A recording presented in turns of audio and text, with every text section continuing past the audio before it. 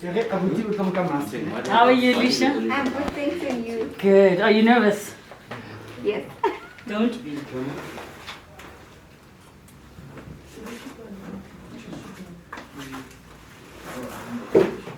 Gospel sarà kaga tape type.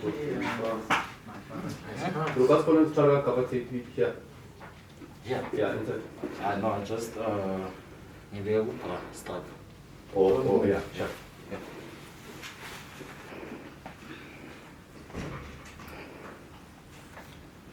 All right, we're good to go. Curtis, roll. Can speed. Speed. Can speeding.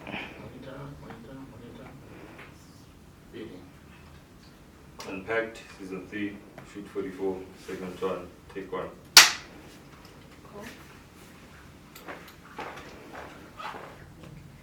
Earliest memories would be us going for picnics. We were a family of 5.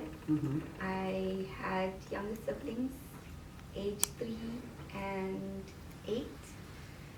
And you were how old at the time? I was 12, Yeah. yeah. And the Were entire... you in the room with your aunt when that call came in? Yes. Mm. And due to this call, we had to cancel. And she took a drive, and I was told to stay by the landline until her brother contacts us, because the police at that time needed permission to break down the doors and stuff. Because the phone call specifically said, say your last words. Was that all he said, as in say your last words to your sister? Basically, in essence, your experience of it was leaving Joburg that this is a joke, this is a prank, it can't be real. And you're not greeted in the way that you are normally greeted, with siblings running out to hug you, your mom there to kiss you. Take your time. Take your time.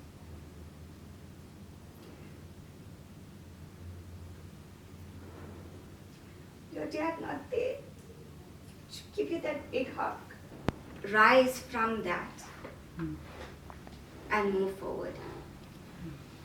And I think that is the biggest takeaway from your story. Many may have succumbed to wanting to take their own lives, to no longer be here, to give up, to shut themselves away from the world. But you were able to, come out of this tragedy and to be able to speak about it. My key takeaway from today is that there is life after pain, there is love after hurt, there is so much more that you can find after these types of experiences that seem like it's the end of the world. Thank you so much for watching. Have a good night. So now with everything, interviews coming in, book sales are going up. I just hope and pray that this book reaches the corner of the earth, and whoever needs to reads it and be inspired by my story. Yeah. I know I didn't say much, but No, you said a lot. I mean, it's a pity we don't have enough time. I would have loved to speak more on your relationship with your family now, but now we know that, as you say, you've had to disown them. yeah. What was the final straw? The final straw was them questioning me on social media Oh, about my publicly. book. Yes. Yes. They claim that they've tried to call me to discuss the book, but they haven't. But instead they took to social media, and they really went out in more like an interrogation style. Yes. And that for me was the last straw, because no matter how many times they put me down, I always went back to try and mend it. Yes.